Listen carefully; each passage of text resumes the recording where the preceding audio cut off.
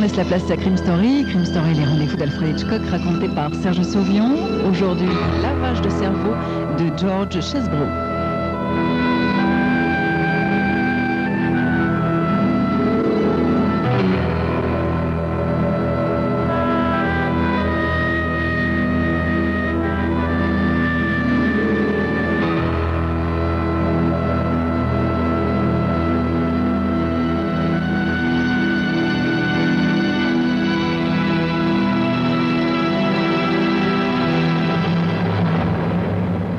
Une fois le travail terminé, la plupart d'entre nous ont un hobby.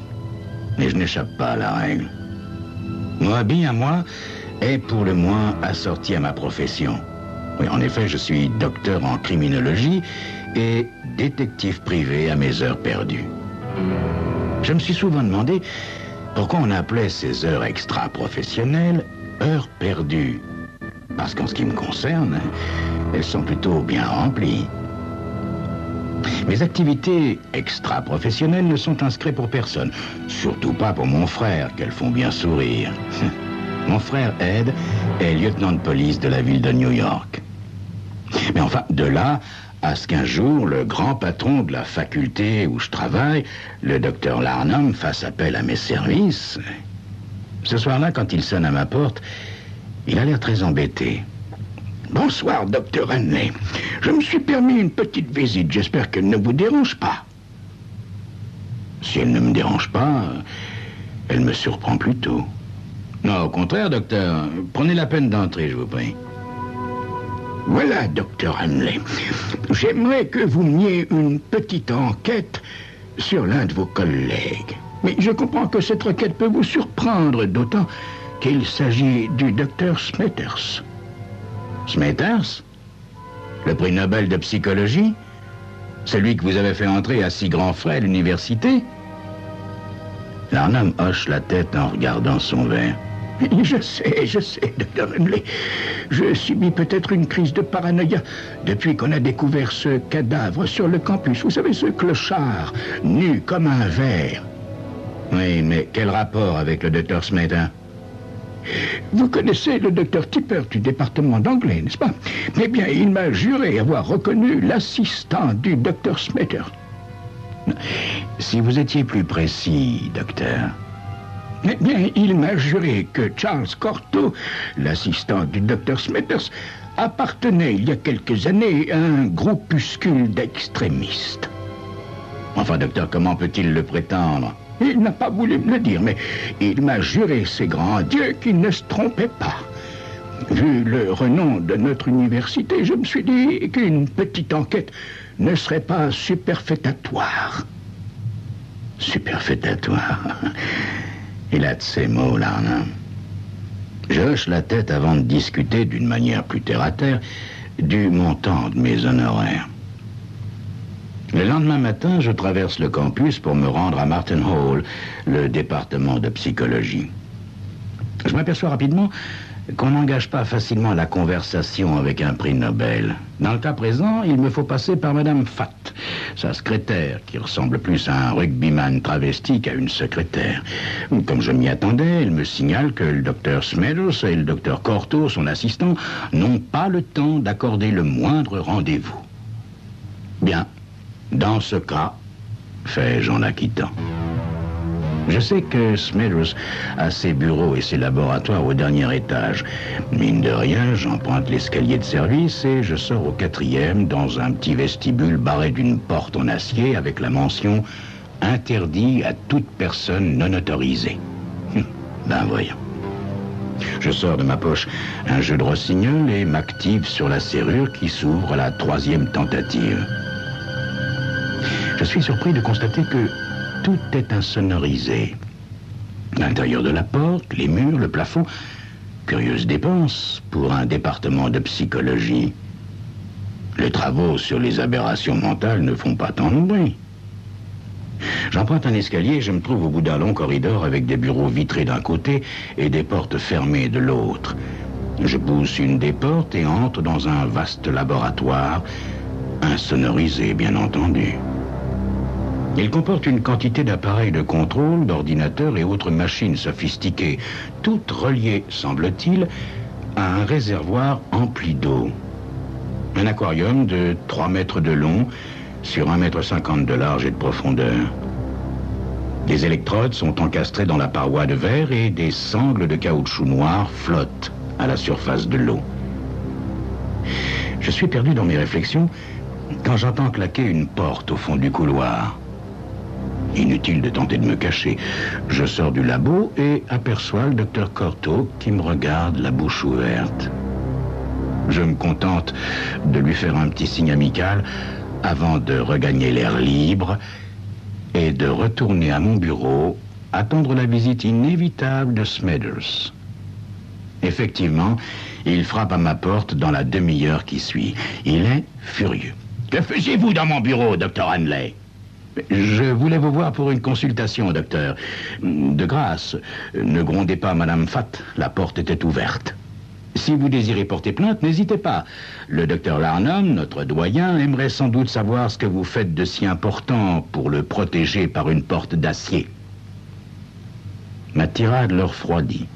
« Je n'ai guère de temps à gaspiller à cela. Je vous conseille toutefois de ne jamais plus agir de la sorte. Jamais, m'entendez-vous » dit-il avant de me quitter, rouge de colère. Après son départ, je téléphone au docteur Larnham. « Docteur, quel est au juste l'objet des recherches du docteur Smather ?»« Il a réalisé des expériences d'avant-garde sur la privation sensorielle. »« Quoi? Supprimer tous les sens chez l'homme? L'ouïe, la vue, l'odorat? » Oui, c'est bien cela. Et en déterminer les effets. La NASA s'intéresse à ces travaux, d'ailleurs. Dites-moi, où exerçait-il avant de venir ici? L'Institut Plett, près de Boston. Mais comment se fait-il qu'il ne l'ait pas gardé? Les prix Nobel ne courent pas les rues. Je n'en sais rien, murmure Larnham après un long silence. Il avait d'excellentes lettres de recommandation et son prix Nobel. J'essaie de joindre le docteur Tipper pour en apprendre plus long, mais on m'informe qu'il est parti ce matin pour un long week-end. C'est alors que je pars à la recherche de John Julian Crerin, un étudiant en psychologie avec lequel j'ai de fort bons rapports. Comme prévu, il est à la bibliothèque.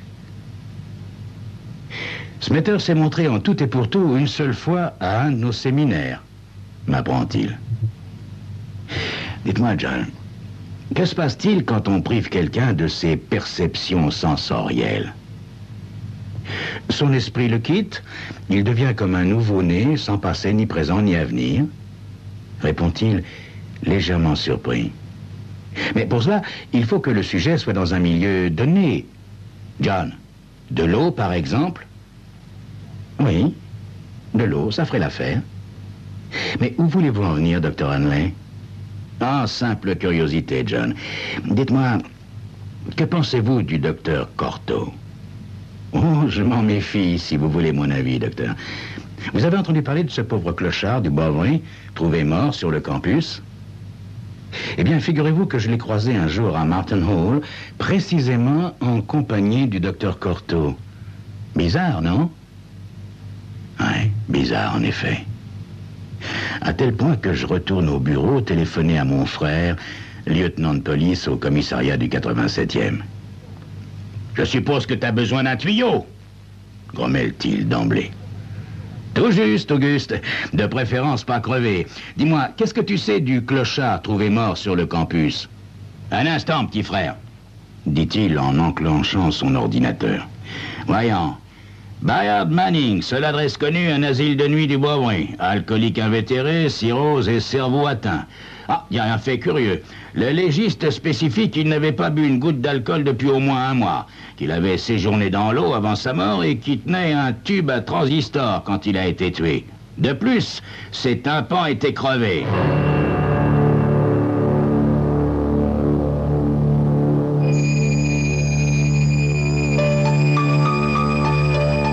Mon frère Ted m'apprit également qu'une enquête superficielle menée après sa mort avait révélé que, depuis 1 mois également, on ne l'avait pas revu dans ses bars de prédilection.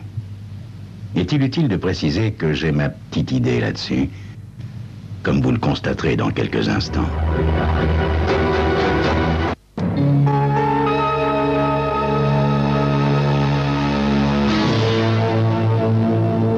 Quel lien peut-il y avoir entre le docteur Smethurst, son assistant et ce cadavre?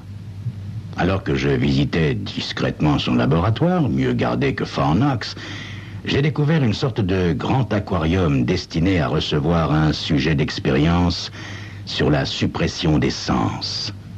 Or, le cadavre du campus avait séjourné dans l'eau avant d'être tué.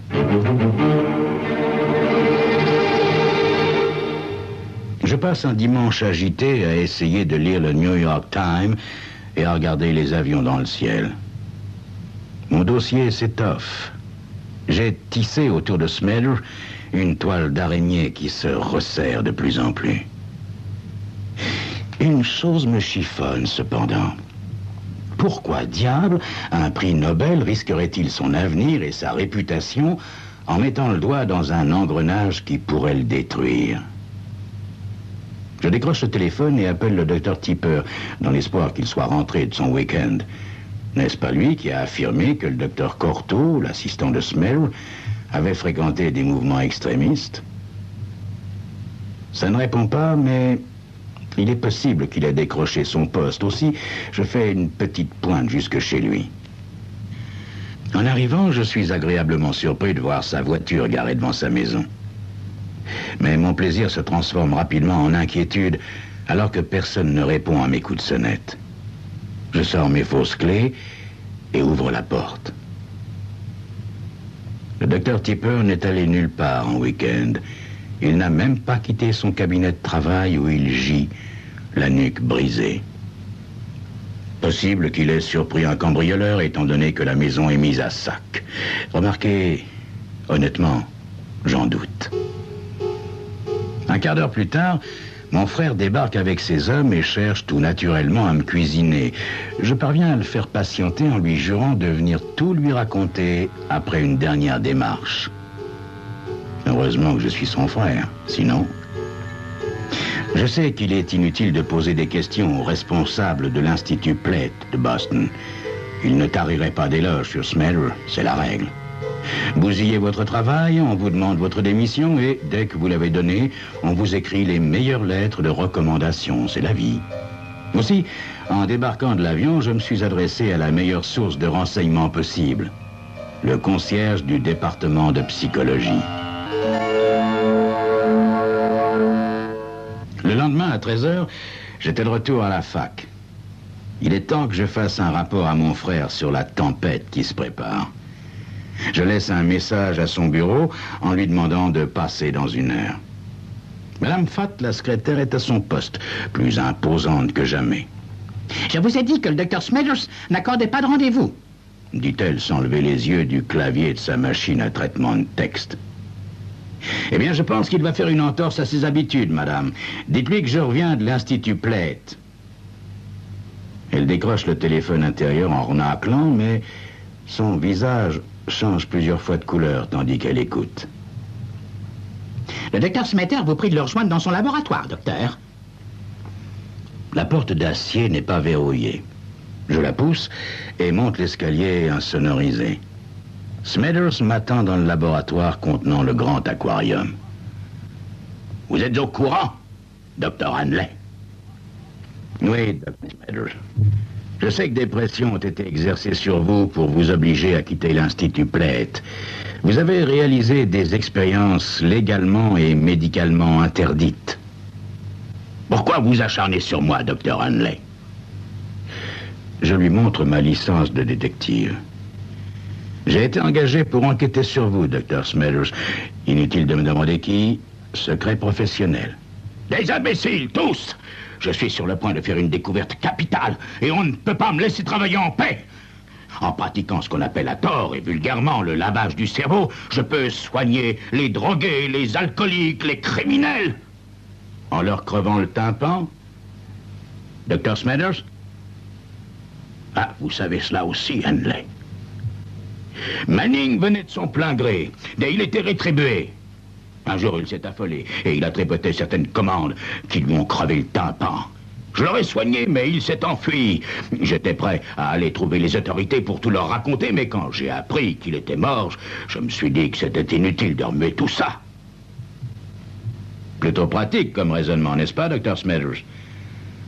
Ne vous est-il jamais venu à l'esprit que vos techniques pourraient modifier l'esprit d'un homme au point d'altérer son comportement politique? Il me regarde complètement abasourdi. Je suis un savant, pas un politicien, Hanley. Dr. Smithers, comment avez-vous rencontré Corto? Le docteur Corto? À un congrès. Il m'a dit qu'il travaillait pour le gouvernement et qu'il pourrait me faciliter, si je le désirais, des tas de formalités. Vous êtes un naïf, Dr. Smithers. Parce que, voyez-vous, je crains fort qu'il n'ait tué Manning et le docteur Tipper de la faculté d'anglais. Quoi? Mais vous déraisonnez, Hanley! Là, j'aurais dû me méfier dès que son regard a changé.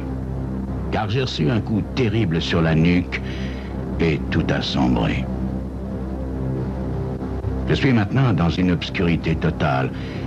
Je ne sens plus mon corps. Quelque part, une voix m'appelle. Que se passe-t-il? Où suis-je? Docteur Hanley? Ici le docteur Corto. Comment vous sentez-vous? Hein? Peu à peu, je me souviens. Smithers, le coup sur la nuque. Je suis dans l'aquarium, n'est-ce pas? On peut appeler ça ainsi, docteur Hanley. Croyez bien que je suis heureux d'avoir la possibilité d'expérimenter un esprit tel que le vôtre. À tout bientôt, docteur Hanley. À bientôt, à bientôt. À quand? Mes bras et mes jambes sont sanglés, ma tête enveloppée d'une cagoule noire dans laquelle de l'oxygène est insufflé. Le temps s'écoule, dissolvant lentement ma conscience. Au bout d'une éternité, un éclair me foudroie. Des milliers de soleils broient ma conscience. Je pousse un gémissement. « Taisez-vous » me murmure le docteur Smithers en enlevant ma cagoule. Jusqu'à ce jour, j'ignorais que la lumière fût si cruelle. Smithers me prend sous les aisselles et m'aide à sortir. J'ai les jambes en coton. « Mes travaux sont très importants, » dit Smithers, « mais pas au point de finir en prison. Allez, Hanley, pressons. »« Pas si vite !» fait une voix derrière nous. Corot nous considère avec un sourire sardonique, revolver au poing. Je fais mine de m'appuyer contre le rebord de l'aquarium et le fais basculer en pesant de tout mon poids. Corto, surpris, tire et atteint Smithers, tandis que des centaines de litres nous renversent. Rassemblant toutes mes forces, je bondis sur une console de commande et arrache le plus de fil possible. Il faut croire que Corot a prévu ce que je vais faire, car quand je les plonge dans l'eau qui recouvre le sol, il fait un bond sur une chaise en perdant son arme. Des étincelles crépitent de partout. « Bien joué, docteur !» dit-il en sautant sur une console à côté du disjoncteur. Il coupe le courant, nous plongeant dans l'obscurité. Je devine ses intentions. Reprendre son arme, me tuer et me faire endosser le meurtre de Smithers. Le revolver est trop loin pour que je m'en empare le premier. Je n'ai pas le choix. Je saute et cherche la sortie à tâtons. À tâtons, mais le plus vite possible, car j'entends Corto descendre de son perchoir pour reprendre son revolver. Je n'ai qu'une pensée en tête. Il faut que la porte d'acier soit ouverte. Il le faut absolument. Parvenu dans le couloir, je me mets à courir et dégringole l'escalier, en prenant soin de ne pas perdre l'équilibre. La porte du bas est verrouillée. Je la martèle avec rage, tandis que j'entends Corto qui descend calmement. Il s'arrête à quelques marches de moi. Si je n'avais pas séjourné tant d'heures dans l'eau, j'aurais eu la force de tenter n'importe quoi. Je me contente de me laisser tomber, attendant le coup fatal. Au lieu de quoi, j'entends un petit déclic, comme celui d'un briquet vide. L'eau a faussé le mécanisme du revolver. Un flot d'adrénaline m'irrigue farouchement le sang. L'espoir, ça s'appelle, aussi mince soit-il. Je plonge à l'endroit présumé des chevilles de mon adversaire, qui tout double. La chance est avec moi. Je saisis une cheville à deux mains et tire de toutes mes forces. Corto, déséquilibré, tombe à la renverse. Au bruit mou de son corps heurtant les marches, s'ajoute un sinistre craquement. Le craquement d'une nuque qui se brise, comme la nuque du malheureux docteur Tipper. J'ai un goût de sang dans la bouche. La tête me tourne. Toute mon énergie m'a abandonné. Je m'assieds sur les marches, dans le noir, et me mets à attendre. Tôt ou tard, quelqu'un ouvrira la porte. Ce sera peut-être mon lieutenant de frère qui me demandera alors, sur un ton acide, de lui expliquer ce que je fabrique là, tout nu et tout mouillé, près d'un cadavre.